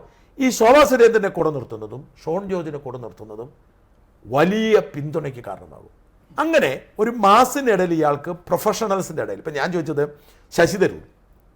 ശശി തരൂർ എങ്ങനെയാണ് MP ആയത്? ശശി തരൂർ വീട്ടിൽ പോയി വോട്ട് ചോദിച്ചിട്ടില്ല. ശശി തരൂർ ഒരിക്കലും സാധാരണക്കാരുടെ ഇടയിലേക്ക് ഇറങ്ങി ചെന്നിട്ടില്ല. ശശി തരൂർ മോദി നിൽക്കുന്നത് പോലെ അല്ലെങ്കിൽ രാഹുൽ ഗാന്ധി നിൽക്കുന്നത് പോലെ ഒരു ഉയർന്ന തരത്തിൽ നിന്ന് താഴെ ഇറങ്ങാതെ ജനങ്ങളുടെ ഇടയിൽ ഒരു ബുദ്ധിജീവി തന്നെ ആ ലെവലിൽ തന്നെ. അതായത് ജനങ്ങളുടെ ഒരു ആറ്റിറ്റ്യൂഡ് എന്താണെന്ന് വെച്ചാൽ ചില ആളുകളെ അവർ നമ്മുടെ അടുത്തോട്ട് വരാൻ ആഗ്രഹിക്കുന്നത് അവിടെ നിന്നാൽ മതി, നമുക്കൊന്ന് കണ്ടാൽ മതി, നമുക്കൊന്ന് ചിരി കണ്ടാൽ മതി, ഇതാണ് ജനങ്ങളുടെ. അതേസമയം സാധാരണക്കാരുടെ ഇടയിൽ ഇറങ്ങി ചെന്നില്ലെങ്കിൽ ഒരു പല MLA-മാരും ജയിക്കത്തേയില്ല. എൻ്റെ കല്യാണത്തിന് വന്നില്ലെങ്കിൽ, എൻ്റെ ചവടക്കിന് വന്നില്ലെങ്കിൽ പങ്കെടുക്കുന്നത്. ഈ കാറ്റഗറിയിൽപ്പെട്ട നേതാവാണ് രാജീവ് ചന്ദ്രശേഖർ. അപ്പോൾ രാജീവ് ചന്ദ്രശേഖർ ഒരു കോർഡിനേഷൻ നടത്തുകയും ഒന്ന് ഓടി നടക്കുകയും ചെയ്താൽ താഴത്തെ മെഷീനറി വർക്ക് ചെയ്താൽ ഈ പ്രൊഫഷണൽസ്, ഈ ഡോക്ടർമാരെ, IT-കാരെ, ഈ പ്രൊഫഷണൽ, ഞാൻ പറഞ്ഞു ഈ 2020 ആം ആദ്മി മുതലായ പ്രസ്ഥാനങ്ങളോട് താല്പര്യമുള്ള ഒരു, അത് പണ്ടില്ല, ആ ഒരു 15-20% ആൾക്കാരുണ്ട് ഇപ്പോൾ. അവരെ കൊണ്ട് പ്രതീക്ഷയ്ക്കൊപ്പം അവർ ഉയരാത്തത് കൊണ്ടാണ് അവർ വോട്ട് ചെയ്യാത്തത്. ഇപ്പോൾ 2020 അവിടെ എല്ലാം ഒരുമിച്ച് വോട്ട് ചെയ്തില്ലേ. അങ്ങനെ ചെയ്യുന്ന ഒരു സംഭവമുണ്ട്. അവർ ഇങ്ങനൊരു വ്യത്യസ്തമായ ഒരു പരീക്ഷണത്തിന് വോട്ട് ചെയ്യാൻ തയ്യാറായിരിക്കും. തീർച്ചയായും. മാത്രമല്ല ഇനിയിപ്പോൾ അങ്ങോട്ട് തദ്ദേശ ഭരണ തെരഞ്ഞെടുപ്പിന് മാസങ്ങളേ ഉള്ളൂ, അസംബ്ലി ഇലക്ഷന് 1 വർഷമേ ഉള്ളൂ. അപ്പോൾ ഇപ്പം നിലവിൽ എനിക്ക് തോന്നുന്നത് രാജീവ് ചന്ദ്രശേഖർ അദ്ദേഹം തിരുവനന്തപുരം സ്ഥാനാർത്ഥിയായിരുന്നു. തിരുവനന്തപുരത്തിൻ്റെ അവസ്ഥ അദ്ദേഹം മനസ്സിലാക്കാണ്. മറ്റുള്ള ജില്ലകളിലെ കാര്യങ്ങളും കൂടി മനസ്സിലാക്കി അതിനനുസരിച്ച് കാര്യങ്ങൾ കരുക്കൾ നീക്കുമ്പോൾ ഇവരെ പോലെയുള്ള ശോഭാ സുരേന്ദ്രനെ അതല്ലെങ്കിൽ ഷോണിനെ പോലുള്ള പരിചയസമ്പന്നരെ ആളുകൾ ഇതിനൊപ്പം ഉള്ളത് ഇതിനേറെ സഹായകരമായിരിക്കും. ഓരോ ജില്ലയിലും കാര്യങ്ങളും അദ്ദേഹം മനസ്സിലാക്കാൻ കഴിയും. അദ്ദേഹത്തിന് എത്രമാത്രം ഓടി നടക്കാൻ കഴിയും എന്നുള്ള കാര്യത്തൊക്കെ എനിക്ക് തർക്കമുണ്ട്. കാരണം എന്താണെന്ന് വെച്ചാൽ അദ്ദേഹം ഒരു ടിപ്പിക്കൽ രാഷ്ട്രീയക്കാരനല്ല. ഈ പറയുന്ന ജനങ്ങൾക്കിടയിൽ ഇങ്ങനെ ഓട്ടി നടന്ന് രാവും പകലും വർക്ക് ചെയ്യാനുള്ള കപ്പാസിറ്റി ഒന്നും അദ്ദേഹത്തിന് ഉണ്ടാവത്തില്ല. ഞാൻ പറഞ്ഞ ഒരിക്കലും സാധിക്കത്തില്ല. കാരണം ഞാൻ പറഞ്ഞ ഒരു ഫുൾ ടൈം രാഷ്ട്രീയക്കാരനെ പോലെ. പക്ഷേ യഥാർത്ഥത്തിൽ ഓരോ സ്ഥലത്തും ജനപിന്തുണയുള്ള നേതാവിനെ ഐഡന്റിഫൈ ചെയ്തിട്ട് അയാളെ സപ്പോർട്ട് ചെയ്യുന്ന, അയാളുടെ ആ ഒരു കഴിവ് ഉപയോഗിക്കുന്നിടത്തേക്ക് വന്നാലും മതി. ഇപ്പം ഞാൻ പറഞ്ഞത്, ഇപ്പം ഞാൻ ജോസ് കെ മാണിയോട് ഒരിക്കൽ സംസാരിച്ച് പറഞ്ഞ കാര്യം, ജോസ് കെ മാണിക്ക് എല്ലായിടത്തും പോയി എല്ലാം ചെയ്യേണ്ട കാര്യമില്ല. ഒരു പഞ്ചായത്തിൽ ഒരാളെങ്കിലും ജോസ് കെ മാണിയായിട്ട് ഡയറക്റ്റ് ഞാൻ അയാളുടെ പറഞ്ഞു കൊടുത്ത കാര്യം, ഡയറക്റ്റ് കോൺടാക്റ്റിൽ ഒരാൾ ഉണ്ടായാൽ മതി. ഇപ്പോൾ എരുമേലി പഞ്ചായത്ത്, കാരണം എനിക്കൊരു പ്രശ്നമുണ്ടെങ്കിൽ എരുമേലി പഞ്ചായത്തിലുള്ള ജോസ് കെ മാണിയുടെ പ്രതിനിധിയെ പോയി കണ്ടാൽ അപ്പം ജോസ് കെ മാണിയും അയാളും തമ്മിൽ സംസാരിച്ച് പ്രശ്നം പരിഹരിച്ചാൽ അവർ ഹാപ്പി. അവർക്ക് നേരിട്ട് ജോസ് കെ മാണിയോട് സംസാരിക്കുന്ന നിർബന്ധമില്ല. ഇവിടെയാണ് ഉമ്മൻചാണ്ടിയുടെ കർണാടക പ്രസക്തി നമ്മൾ അവർക്ക് ഇത്തരം ബന്ധങ്ങൾ എന്നും കാത്തുസൂക്ഷിച്ചു രണ്ടുപേരും. അപ്പം അത്തരത്തിൽ എത്രമാത്രം ജനങ്ങളുടെ ഇറങ്ങി ചെല്ലാൻ പറ്റുമെന്ന് എനിക്ക് ഉറപ്പില്ല. എന്നിരുന്നാലും ഈ ഒരു പ്രൊഫഷണൽസിൻ്റെ പിന്തുണ, ഈ BJP ഗ്രൂപ്പിൽ ഉള്ള ആളുകൾ മാറി നിൽക്കുന്നതിൻ്റെ പരിഹാരം, സാധാരണക്കാരുടെ ഒരു പിന്തുണ, ഇതെല്ലാം കൂടെ ഗുണകരമായ ഒരു മാറ്റം ഉണ്ടാവുന്ന എൻ്റെ വിശ്വാസം. തീർച്ചയായും. കാരണം ഇതിൽ നമ്മൾ ശ്രദ്ധിക്കേണ്ട കാര്യം, പുതിയ തലമുറയുണ്ടല്ലോ, അവരെ ഈ പലപ്പോഴും നമ്മൾ ഈ പരമ്പരാഗത രാഷ്ട്രീയക്കാരെ അഡ്രസ്സ് ചെയ്യുന്നില്ല എന്നുള്ളതാണ് സത്യം. ഇപ്പോഴും ഒരു പഴയ രീതികളുമായിട്ട് മുന്നോട്ട് പോയിക്കൊണ്ടിരിക്കുകയാണ്. ശരിക്കും പറഞ്ഞാൽ ഇതുപോലുള്ള ആൾ കടന്നു വരുമ്പോൾ ഉണ്ടല്ലോ, അവർ നേരിട്ട് ജനങ്ങളെ അടുത്ത് ചെല്ലണമെന്നൊന്നുമില്ല. ഈ പറഞ്ഞതുപോലെ നല്ല കാര്യങ്ങൾ ഇൻട്രൊഡ്യൂസ് ചെയ്താൽ അവരുടെ ജനങ്ങളെ സപ്പോർട്ട് തീർച്ചയായിട്ടും കിട്ടും. പുതിയ തലമുറയെ അഡ്രസ്സ് ചെയ്യുന്ന ഒരു നേതാവായിരിക്കും രാജീവ് ചന്ദ്രശേഖർ എന്നാണ് എൻ്റെ ഒരു വിശ്വാസം. എന്തായാലും രാജീവ് ചന്ദ്രശേഖരനെ തെരഞ്ഞെടുത്ത ഇവരുടെ ഒരു ഡിസിഷനുണ്ട്. ആ ഡിസിഷൻ പല കാരണങ്ങൾ കൊണ്ടാണ്. അപ്പം യഥാർത്ഥത്തിൽ ഞാൻ ആരായിരിക്കും എന്നതിനെക്കുറിച്ചുള്ള എൻ്റെ ഉള്ളിലൊരു ചോദ്യം ഉണ്ടായിരുന്നു. എനിക്ക് രാജീവ് ചന്ദ്രശേഖരനാവുമോ എന്ന കാര്യത്തിൽ എനിക്ക് തർക്കമുണ്ടായിരുന്നു. ഞാൻ ഈ പല ആളുകളോടും ചോദിച്ചപ്പോൾ അവരൊക്കെ പറഞ്ഞത് രാജീവ് ചന്ദ്രശേഖരൻ താല്പര്യമില്ലെന്നാണ്. കാരണം പുള്ളിക്ക് ഈ സ്ട്രെസ് എടുക്കാനുള്ള കപ്പാസിറ്റി ഇല്ല. ഈ പുള്ളിക്ക് ബിസിനസ് ഉണ്ട്, വലിയ ബിസിനസ്, ആയിരക്കണക്കിന് കോടി ബിസിനസ് ഉള്ള ആളാണ്. അപ്പോൾ അതിനിപ്പോൾ എന്നോട് BJPയുടെ സംസ്ഥാന പ്രസിഡന്റ് ആകാം എന്ന് പറഞ്ഞാൽ ഞാൻ എടുക്കത്തില്ല. കാരണം നമുക്ക് ആ സ്ട്രെസ് എടുക്കാനുള്ള ഒരു കപ്പാസിറ്റി ഇല്ല. ഇത് നമ്മൾ ഒരു ചെറിയ ഒരു 10-50 പേര് ജോലി ചെയ്യുന്ന ഒരു സ്ഥാപനത്തിൻ്റെ സ്ട്രെസ് തന്നെ താങ്ങാൻ കഴിയാത്ത നമുക്ക് എങ്ങനെ ഇത്രയും വലിയൊരു സ്ട്രെസ് എടുക്കുക? അപ്പം അതേസമയം ചെറുപ്പം മുതൽ രാഷ്ട്രീയ പ്രവർത്തനം നടത്തുന്നവരാക്കി സ്ട്രെസ് അല്ല, അവരുടെ ജീവിത രീതിയാണ്. രാജീവ് ചന്ദ്രശേഖരന് അതെടുക്കാനുള്ള ശേഷി ഉണ്ടാവുമോ എന്നുള്ളതാണ് ഒരു ചോദ്യം. ആ ചോദ്യം എനിക്ക് തോന്നുന്ന രാജീവിന് നല്ല ടീമുണ്ട്. ഇപ്പം ഞാൻ രാജീവ് തിരുവനന്തപുരത്ത് മത്സരിക്കാൻ പറ്റും. ഞാൻ രാജീവ് ചന്ദ്രശേഖരൻ്റെ ഒരു ക്വാളിറ്റി കണ്ടത്, രാജീവ് ചന്ദ്രശേഖരൻ്റെ സ്വാധീനമുള്ള ചാനലാണ് ഏഷ്യാനെറ്റ്. രാജീവ് ചന്ദ്രശേഖരൻ്റെ ചാനലാണെന്ന് ആളുകൾ പറഞ്ഞു. അങ്ങനെയല്ല എൻ്റെ സിസ്റ്റം. രാജീവ് ചന്ദ്രശേഖരന് ഏഷ്യാനെറ്റിൽ ഒരു റോളുമില്ല. എന്നോട് രാജീവ് ചന്ദ്രശേഖരൻ പറഞ്ഞു, എൻ്റെ ഒരു വാർത്ത വരണമെങ്കിൽ ഞാൻ അവന്മാരുടെയൊക്കെ കാലം പിടിക്കണമെന്ന് പറഞ്ഞു. കാരണം രാജീവ് ചന്ദ്രശേഖരൻ അതിലൊരു ഇൻവെസ്റ്റർ മാത്രമാണ്. അതിൻ്റെ മാനേജ്മെൻറ്റ് സ്ട്രക്ചർ രാജീവ് ചന്ദ്രശേഖരനില്ല. ജൂപ്പിറ്റർ ക്യാപിറ്റൽസ് എന്ന് പറയുന്ന രാജീവ് ചന്ദ്രശേഖരന് കൂടുതൽ ഷെയറുള്ള ഒരു കമ്പനി. ആ കമ്പനിയാണ് ഇതിൻ്റെ ഏഷ്യാനെറ്റിൻ്റെ ഷെയർ കൂടുതൽ ഹോൾഡ് ചെയ്യുന്നത്. അപ്പോൾ അതുകൊണ്ട് അതിലേക്ക് രാജീവ് ചന്ദ്രശേഖരൻ ഒരു റോളുമില്ല, ഡയറക്ടർ ബോർഡിലില്ല, ഏഷ്യാനെറ്റ് നടത്തിപ്പിലില്ല, ഒന്നിലുമില്ല. പക്ഷേ അദ്ദേഹത്തിന് വേണമെങ്കിൽ കൊടുക്കാം. അദ്ദേഹം തിരുവനന്തപുരത്ത് സ്ഥാനാർത്ഥിയാകാൻ തീരുമാനിച്ചപ്പോൾ എന്നെ അത്ഭുതപ്പെടുത്തിയൊരു കഥ. തിരുവനന്തപുരം സ്ഥാനാർത്ഥിയാകാൻ തീരുമാനിക്കുന്നു, എനിക്ക് കോൾ വരികയാണ്. എനിക്ക് കോൾ വന്നിട്ട് പറഞ്ഞു, ആദ്യത്തെ അഭിമുഖം മറുനാടനാണ്, ഞാൻ അത്ഭുതപ്പെട്ടു പോയി. കാരണം ഇവിടുത്തെ ഏഷ്യാനെറ്റുണ്ട്, എല്ലാ ചാനലുകളും മത്സരിച്ച് നിൽക്കുന്നു. ആദ്യത്തെ അഭിമുഖം എനിക്കാണ്, അതുകൊണ്ട് പറഞ്ഞോന്ന് പറഞ്ഞു. അപ്പോൾ ഞാൻ പറഞ്ഞു വളരെ സന്തോഷം. ഞാൻ സാധാരണ എനിക്ക് ഇവിടെ വരുന്ന അഭിമുഖ താല്പര്യമെങ്കിൽ ഇദ്ദേഹം ഇങ്ങോട്ട് വിളിച്ച് താല്പര്യം, അദ്ദേഹം മന്ത്രിയാണ്. ഞാൻ ടാജിൽ പോയി അദ്ദേഹത്തിന് അഭിമുഖം കൊടുത്തു. ഞാൻ രാവിലെ സത്യം പറഞ്ഞാൽ എനിക്ക് ആദ്യമായിട്ടാണ് ഒരു 2 തവണ പോകേണ്ടി വരുന്നത്. ഞാൻ രാവിലെ ചെല്ലുമ്പം അദ്ദേഹം ഒരു മീറ്റിംഗ് കഴിഞ്ഞ് ഓടി വന്നു. അപ്പോൾ അടുത്ത പരിപാടിക്ക് പോകണം, 15 മിനിറ്റേ ഉള്ളൂ. അദ്ദേഹം എന്നോട് പറഞ്ഞു ഇപ്പോൾ ഇൻ്റർവ്യൂ എടുക്കണ്ട, ഇപ്പോൾ എടുത്താൽ അത് ശരിയാവത്തില്ല, ഉച്ച കഴിഞ്ഞ് ഒന്നും എടുക്കാം, സോറി ഉച്ച കഴിഞ്ഞ് ഒന്നും പറഞ്ഞു. ഞാൻ തിരിച്ചു പോന്നു, ഉച്ച കഴിഞ്ഞ് പോയി. അരമണിക്കൂർ അനുവദിച്ചിരുന്ന് 1 മണിക്കൂർ 10 മിനിറ്റ് സംസാരിച്ചു. ആ അഭിമുഖം വാസ്തവത്തിൽ രാജീവ് ചന്ദ്രശേഖരന് തിരുവനന്തപുരത്തെ സ്ഥാനാർത്ഥി എന്ന നിലയിൽ വലിയ ഗുണമുണ്ടായി എന്ന് കണ്ടിരുന്നു. അതൊന്നുകൂടെ നോക്കിയത് 6 ലക്ഷത്തിലധികം പേര് കണ്ടു കഴിഞ്ഞു. 6 ലക്ഷം പേരാണ് ഒരു എപ്പിസോഡ് കണ്ടത്. രണ്ടാമത്തെ എപ്പിസോഡ് അത്രയും പേര് കണ്ടു. കാരണം എന്താണെന്ന് വെച്ചാൽ ആരാണ് രാജീവ് ചന്ദ്രശേഖർ എന്നത് ജനം മനസ്സിലാക്കുന്ന അഭിമുഖത്തിൽ. ഇത് അദ്ദേഹത്തിൻ്റെ സ്ട്രാറ്റജിക് ഡിസിഷനാണ്. ഒരു ചാനലിലൂടെ പോയാൽ എയർ ചെയ്ത് പോകുന്ന പോലെ അല്ല ഇതെന്ന് മനസ്സിലാക്കി. ഇത്തരത്തിൽ അദ്ദേഹത്തിൻ്റെ ഒരു വലിയ ടീം വർക്ക് ചെയ്യുന്നുണ്ട്, വലിയ പ്രൊഫഷണൽസിൻ്റെ ടീം വർക്ക് ചെയ്യുന്നുണ്ട്. ഇപ്പം മനോജ് എന്ന് പറയുന്ന ഒരു കക്ഷിയുണ്ട്, അദ്ദേഹത്തിൻ്റെ പേഴ്സണൽ സ്റ്റാഫിലൊന്നുമില്ല, വലിയ കോർപ്പറേറ്റ് PR ആണ് അയാൾ. കോർപ്പറേറ്റ് മറ്റേ വലിയ കോർപ്പറേറ്റ് സ്ഥാപനങ്ങൾ ടാറ്റയുടെയും അംബാനിയുടെയും അദാനിയുടെയും ഒക്കെ ഡിസൈൻ ചെയ്യുന്നത്, ഈ ആടൊക്കെ ഡിസൈൻ ചെയ്യുന്ന ആളാണ്. അപ്പം ഞാൻ ഇന്ന് അദ്ദേഹത്തെ വിളിച്ച് നിങ്ങൾ എന്ത് ചെയ്യാനാ അദ്ദേഹം വിടുന്നില്ലെന്ന് പറഞ്ഞു. കാരണം അങ്ങനെയുള്ള ടീമിനെയാണ് പുള്ളി ചേർത്ത് വെച്ചിരിക്കുന്നത്. അപ്പോൾ ഈ ടീമൊക്കെ കൂടി വർക്ക് ചെയ്യുമ്പോൾ തന്നെ സ്വാഭാവികമായിട്ടും റിസൾട്ട് ഉണ്ടാക്കാനായിട്ട് പുള്ളിക്ക് പറ്റും. ഇനി അന്തർധാര പരിപാടി നടക്കില്ല, നടക്കത്തില്ല. പിന്നെ ഇവന്മാരൊക്കെ എങ്ങനെ കൂട്ടിയിണക്കുമെന്നുള്ള പ്രശ്നം മാത്രമേ ഉള്ളൂ. ഈ അനുകൂലത്തെ ടീംസ് ആണല്ലോ അതിന് അദ്ദേഹത്തിൻ്റെ ഏറ്റവും വലിയ ബലം. ഞാൻ നേരത്തെ പറഞ്ഞതുപോലെ അതിന് കേന്ദ്രത്തിൻ്റെ സപ്പോർട്ട് ഉള്ളതുകൊണ്ട് തന്നെ ആര് എതിർക്കാൻ സാധ്യത, ആരെ വിളിച്ച് എന്താ ആവശ്യപ്പെട്ടവരെ ചെയ്തു കൊടുക്കേണ്ടി വരും. അങ്ങനെ ആവും. പിന്നെ അധികകാലം അദ്ദേഹം ഈ അവസ്ഥയിൽ തുടരുമെന്ന് ഞാൻ കരുതുന്നില്ല. എൻ്റെ ഒരു കണക്കുകൂട്ടൽ, എനിക്കറിയില്ല, എൻ്റെ ഒരു കണക്കുകൂട്ടൽ ഈ നിയമസഭാ തെരഞ്ഞെടുപ്പ് വരെ ഇദ്ദേഹമായിരിക്കും ലീഡ് ചെയ്യുന്നത്. കാരണം ഇങ്ങനൊരു ഡിസിഷൻ എടുക്കാൻ പ്രധാനപ്പെട്ട കാരണം എന്ന് പറയുന്നത് ഇവിടെ ഒരു അന്തരീക്ഷം ഒരുക്കി കൊടുക്കേണ്ടതുണ്ട്. ഈ പലതായി ഭിന്നിച്ച് നിൽക്കുന്ന നേതാക്കന്മാരെ ഒക്കെ ഒന്ന് ഒതുക്കുക. അങ്ങനെ ഒതുക്കിയിട്ട് ഇവിടെ സാധാരണ BJP പ്രവർത്തകർക്ക് ഒരു സ്പേസ് കൊടുക്കുക. എല്ലാവരും ചവിട്ടിയിട്ടിരിക്കുന്നത്. ഇപ്പം സന്ദീപ് വാചസ്പതി ഒന്നാന്തരം നേതാവാണ്, പക്ഷേ ഈ ഗ്രൂപ്പ് വൈരത്തിനിടെ മുങ്ങിപ്പോയി കിടക്കുക. മോദിയുമായിട്ട് പേഴ്സണൽ ബന്ധമുള്ള നേതാവാണ് അനൂപ് ആൻ്റണി ജോസഫ്, ഈ തിരുവല്ലക്കാരൻ. ഇങ്ങനെ ഒരുപാട്. അതുപോലെ തന്നെ മേജർ രവി വന്നിട്ടുണ്ട്, ജേക്കബ് തോമസ് വന്നിട്ടുണ്ട്, സെൻകുമാർ വരുന്നതിന് മുമ്പേ പോയി, വന്നിട്ട് മെമ്പർഷിപ്പ് എടുത്തിട്ട് അതിന് മുമ്പേ പോയി. സെൻകുമാർ BJP വരാൻ വേണ്ടിയിട്ട് വലിയ ബ്ലൂ പ്രിന്റ് ഒക്കെ ആയിട്ട് പ്ലാൻ എടുത്തുണ്ടാക്കി വന്നതേ ഉള്ളൂ. പിറ്റേ ദിവസം അയാൾ പാർട്ടി വിട്ടുപോയി. അയാൾ അവിടെ RPC ഒന്ന് കയറിത്തുള്ളതാണ് പറഞ്ഞത്. ജേക്കബ് തോമസ് മാനേജ്മെന്റ് വിദഗ്ധനുമാണ്, IPS ആയിരുന്ന ആളാണ്. ജേക്കബ് തോമസ് അടക്കം ഒരുപാട് പേര്. ഇപ്പോൾ ശ്രീലേഖ വരെ വന്നിട്ടുണ്ട്. ഈ പറയുന്നവരെയൊക്കെ അകറ്റി നിർത്തിയിരിക്കുക. ഇവർക്കൊക്കെ സ്പേസ്. PC ജോർജ് വന്നിട്ട് വല്ല റോൾ ഉണ്ടായിരുന്നു? ഒരു കാര്യമില്ല. ഷോൺ അവൻ്റേതായ രീതിയിൽ റോൾ ഉണ്ടാക്കിയെടുത്തു. വഖഫ് അടക്കമുള്ള വിഷയങ്ങൾ ഇടപെട്ട് അവൻ മിടുക്കനായതുകൊണ്ട്. ജോർജിന് 5-6 പേര് ദോഷം ഉണ്ടായി, 5-6 കേസ് ഉണ്ടായിരുന്നില്ല. അത് ജോർജിന് പ്രത്യേകിച്ചൊരു ഗുണമൊന്നും ഉണ്ടായിട്ടില്ല. ജോർജിന് ഇപ്പോഴത്തെ അവസ്ഥ എന്താണെന്ന് എനിക്കറിയില്ല. കൗൺസിലൊക്കെ വന്നിട്ടുണ്ട്.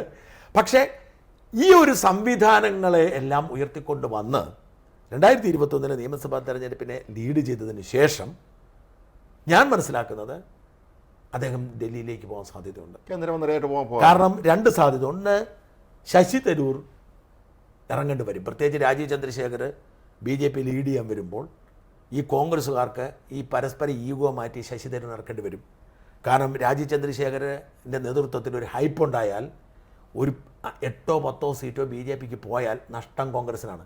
കാരണം ഈ പറയുന്ന ഗ്യാപ്പ് എന്ന് പറയുന്നത് വളരെ ചെറുതായിരിക്കും. ഉമ്മൻചാണ്ടി 2011 2 ഭൂരിപക്ഷത്തിനാണ് കയറിയത്.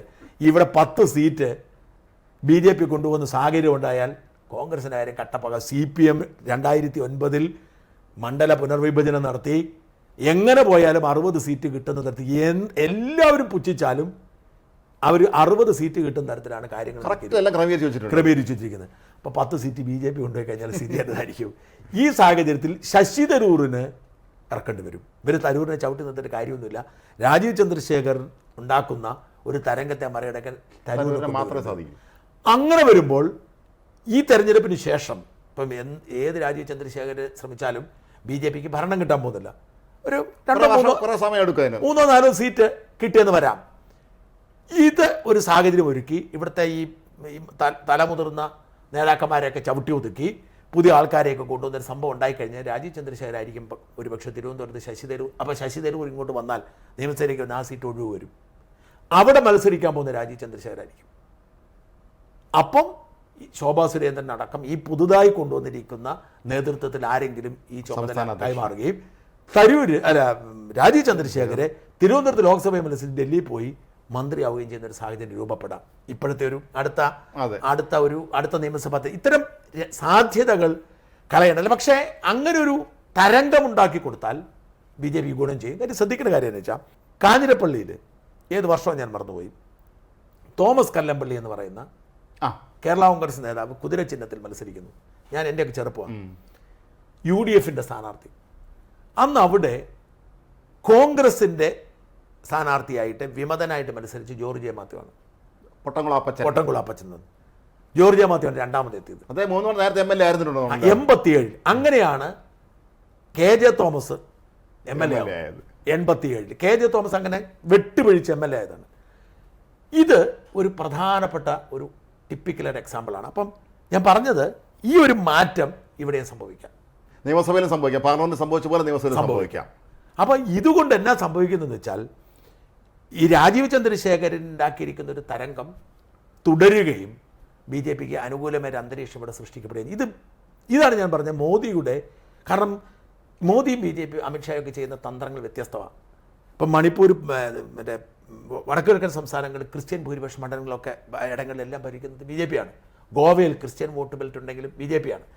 അപ്പം ചിലയിടത്ത് വോട്ട് പണം കൊടുത്ത് വാങ്ങും, ചിലയിടത്ത് MLA തന്നെ വാങ്ങും, ചിലയിടത്ത് അട്ടിമറി നടത്തും, ചിലയിടത്ത് മതം ഇറക്കും. എന്നോട് കുമ്മനം പറഞ്ഞതാണ്, അവിടെ സത്യപ്രതിജ്ഞ ചെയ്യുന്നത് ബൈബിൾ വെച്ചിട്ട് അവിടുത്തെ പ്രാർത്ഥന.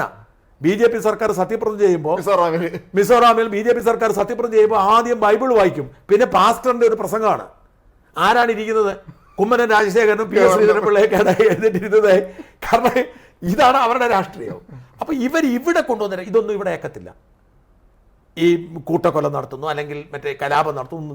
ഇവിടെ ഏക്കുന്ന ഒരു സാധനം എന്ന് പറയുന്നത് വികസനവും വളർച്ചയും വ്യത്യസ്തമായ രാഷ്ട്രീയം എന്ന സങ്കല്പമാണ്. കഴിഞ്ഞ നിയമസഭാ തെരഞ്ഞെടുപ്പ് കഴിഞ്ഞപ്പോൾ മധ്യപ്രദേശിൽ ശിവരാജ് സിംഗ് ചൗഹാനെ പോലെ ഇത്രയും പ്രബലന ഒരാളെ മാറ്റിയിട്ട് പുതുമുഖത്തിന് മുഖ്യമന്ത്രിയാക്കി. അപ്പോൾ അവർ പഠിച്ചു, കേരളം പഠിച്ചു അവർക്ക് മനസ്സിലായി ഇവിടെ ചരട് കെട്ടിയിട്ടും കുറി തൊട്ടിട്ടൊന്നും കാര്യമില്ല, ഇവിടെ വർഗീയത പറഞ്ഞിട്ട് കാര്യമില്ല. ആളെ വിശ്വസിക്കണം. ഇവർ ജയിക്കാൻ വേണ്ടിയാണ് മത്സരിക്കുന്നതെന്ന് ജനത്തിന് തോന്നുന്നത്, തോക്കാൻ വേണ്ടി മത്സരിക്കണം. തോമസ് കല്ലമ്പള്ളിയുടെ കഥ പറഞ്ഞ അതാണ്. ഈ തോമസ് കല്ലമ്പള്ളി തോറ്റുപോയി ജോർജ് ജെ മാത്യു ജയിക്കുമെന്നൊരു തോന്നലുണ്ടായപ്പോഴാണ് ആളുകൾ വോട്ട് ചെയ്തത്. ജയിച്ചില്ല, ഈ ഒരു തോന്നൽ വന്നാൽ ശോഭാ സുരേന്ദ്രനെ പോലുള്ള ഒരു രംഗത്തിറങ്ങി കഴിഞ്ഞാൽ ഭയങ്കര മാറ്റം ഉണ്ടാവും. CPMലെ വലിയൊരു വിഭാഗം ആളുകൾ ഇവരുടെ നുണപ്രചരണം മടുത്തിട്ട് CPM കള്ള പാർട്ടിയാണെന്നും ഇവന്മാർ പറഞ്ഞെല്ലാം കള്ളമാണെന്ന് പറഞ്ഞ് വിട്ടുപോയിക്കൊണ്ടിരിക്കുക. അവർക്ക് പറ്റിയ ഇടം ഒരു കേരളത്തിലെ ഏറ്റവും വലിയ ഹിന്ദു പാർട്ടി CPM ആണ്. ഇതിപ്പം K. അനിരുദ്ധന്റെ മകൻ കസ്തൂരി ഇതായിരിക്കുന്നു, ഹിന്ദു ഐക്യ സഭയുടെ പോയിരിക്കുന്നു. അപ്പം ഞാൻ പറഞ്ഞത് ഇതൊരു കേരളത്തിലെ BJPയുടെ ചരിത്രത്തിലെ ഏറ്റവും മികച്ച ഡിസിഷനാണ്. വലിയൊരു തലമുറ മാറ്റം സംഭവിക്കുന്നു. വലിയൊരു മാറ്റം വരുന്ന തരത്തിൽ വലിയൊരു നമ്മുടെ KG മാരാർ അതല്ലെങ്കിൽ രാംപിള്ള സാറും അതുപോലെ ഓരാജോപാലിൻ്റെ ഒക്കെ തലമുറ മാറിയിട്ട് വളരെ പ്രൊഫഷണൽ ആയിട്ടുള്ള ഒരു പുതിയ തലമുറ. ഒരുപക്ഷെ കേരളത്തിന്റെ ചരിത്രത്തിൽ ഇത്രയും വിദ്യാഭ്യാസവും ഇത്രയും എന്താണ് പറഞ്ഞ പ്രൊഫഷണൽ ആയിട്ടുള്ള ഒരു പാർട്ടി നേതാവുണ്ട്. ഒരു പാർട്ടിക്കും പ്രസിഡന്റോ സെക്രട്ടറിയായിട്ട് ആരും കാണത്തില്ല. ഉറപ്പാണ് അത് ഉറപ്പാണ്. ഞാൻ പറഞ്ഞു ഏത് പാർട്ടി എടുത്താലും പരമ്പരാഗത രാഷ്ട്രീയക്കാരാണ് ആ പദവിയിലെത്തുന്നത്. ഒരു വല്ലാത്തൊരു പരീക്ഷണമാണ്. വിദേശ രാജ്യങ്ങളിലൊക്കെ തന്നെ ആള് പ്രൊഫഷണൽ ആയിട്ടുള്ള മത്സരിക്കാനൊക്കെ അത് ഡിപ്പെൻസ്. സിംഗപ്പൂരിൽ അങ്ങനെയാണ്. സിംഗപ്പൂരിൽ അവര് സെലക്ട് ചെയ്യുവാണ്. ഈ നമ്മുടെ ബാലകൃഷ്ണ പിള്ളയുടെ ഒരു ബന്ധു സിംഗപ്പൂരിലെ ചാർട്ടേഡ് അക്കൗണ്ടന്റാണ്.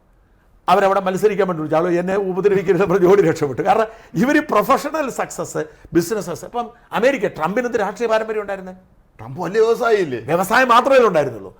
അപ്പോൾ അങ്ങനെയുള്ളതുണ്ട്. പക്ഷെ ബ്രിട്ടനിലൊന്നും അങ്ങനെയല്ല. ബ്രിട്ടനിലൊക്കെ രാഷ്ട്രീയ പാർട്ടി തന്നെ വന്ന് പ്രവർത്തിച്ച്. പക്ഷെ അവർക്കൊരു സാധ്യതയുണ്ട്. ഇവിടുത്തെ പോലെ തലമൂക്കണ്ട ഓളം ഉണ്ടാക്കി അവർക്ക് മത്സരത്തിൽ അവരുടെ പാർട്ടിയിലെ നേതാവായിട്ട് മത്സരിച്ചു കൊടുത്തു. ഇപ്പം സുനക്ക് അങ്ങനെയുള്ള കയറി. അപ്പൊ അങ്ങനെ മത്സരിച്ച് ഇവിടെയാണ് അതൊന്നും പറ്റത്തില്ല. ഇവിടെ നിങ്ങൾ മൂത്ത് ചുടങ്ങണമെന്നുള്ളതാണ് ആ ഒരു രീതിയെ ഇയാൾ മാറ്റിയിരിക്കുന്നു. അപ്പം ലെറ്റ് സീ എങ്ങനെ സംഭവിക്കുന്നൊക്കെ. എന്തായാലും ഞാൻ പ്രതീക്ഷിക്കുന്നത് BJP ഇതുവരെ പ്ലേസ് ചെയ്തതിനേക്കാൾ നല്ല നിലയിലാണ് ഈ ഒരു പരീക്ഷണം നടത്തിയിരിക്കുന്ന റിസൾട്ട് ഉണ്ടാവുന്നതാണ്. കോൺഗ്രസ് ആണ് സൂക്ഷിക്കേണ്ടത്, CPM അല്ല. അതെ, കോൺഗ്രസ് ആണ് സൂക്ഷിക്കേണ്ടത്, CPM അല്ല. കാരണം കോൺഗ്രസ് ഈസി ആയിട്ട് അടുത്തവണ കയറുമെന്നുള്ള പ്രതീക്ഷ വേണ്ട. ഇതാണ് ഇതിൻ്റെ ഒരു വിലയിരുത്തൽ. എന്തായാലും കാത്തിരിക്കാം. രാജീവ് ചന്ദ്രശേഖർ എങ്ങനെ ഇത് പറഞ്ഞ മാതിരി ആകപ്പെട്ട രാജീവ് ചന്ദ്രശേഖർ ഞാൻ കണ്ട 2 മൈനസ് പോയിന്റ് ഉണ്ട്. ഒന്ന്, അദ്ദേഹം ഈ സത്യവാങ്മൂലത്തിൽ വളരെ വരുമാനം കുറച്ച് കാണിച്ചു. ടെക്നിക്കലി ശരിയായിരിക്കും, പക്ഷെ അത് ശരിയല്ല. 2, ഈ മന്ത്രിയാകാതിരുന്നപ്പോൾ തന്നെ ഞാൻ രാഷ്ട്രീയ പ്രവർത്തനം നടത്തുന്നു. അത്തരം എടുത്തുചാട്ടങ്ങളൊക്കെ ഒഴിവാക്കി പക്വത കൂടുതൽ കാണിച്ച ഈ വലിയ ഈ കൗരവസേനയെ മര്യാദയ്ക്ക് കൊണ്ടുപോകാൻ കഴിഞ്ഞാൽ അല്ല, നല്ല ഉപദേഷ്ടാക്കൾ അദ്ദേഹം കണ്ടെത്തിയാൽ മതി കേരള രാഷ്ട്രീയത്തിൽ. അത് ഇവിടെ എങ്ങനെ പോകണമായിരുന്നു. എത്രയോ നല്ല ആളാണ് നമ്മുടെ നാട്ടിൽ, ഇത്രയും മുതിർന്ന മാധ്യമപ്രവർത്തകർ. രാജീവ് ഗാന്ധിക്ക് പറ്റരുത് അത്രേ ഉള്ളൂ. ഇത് BJPയുടെ ഒരു പ്രത്യേകത, ദേശീയ നേതൃത്വത്തിൻ്റെ പിടിയിലാണ് BJP എന്ന് പറയുന്നത്. ഒരു പരീക്ഷണത്തിന് ഒരാളെ വിടും, ആ പരീക്ഷ ജയിച്ചാൽ ജയിച്ചു, ഇല്ലേ പോയില്ല. ഇനിയിപ്പോൾ നാളെ മുതൽ ഈ എന്താ വ്യാജനസ്കറിയാന്നും പണിക്കറെന്ന് പറഞ്ഞുകൊണ്ട് സുരേന്ദ്രൻ ദേശീയ കൗൺസിൽ ഒരാൾ മാത്രമായി മാറുന്നു. ഇതാണ് BJPയുടെ എണ്ണിയാൽ തീരാത്ത സമിതിയിലാണ്. എന്തായാലും നമുക്ക് കാത്തിരിക്കാം എന്താണ് സംഭവിക്കാൻ പോകുന്നതെന്ന്. നന്ദി.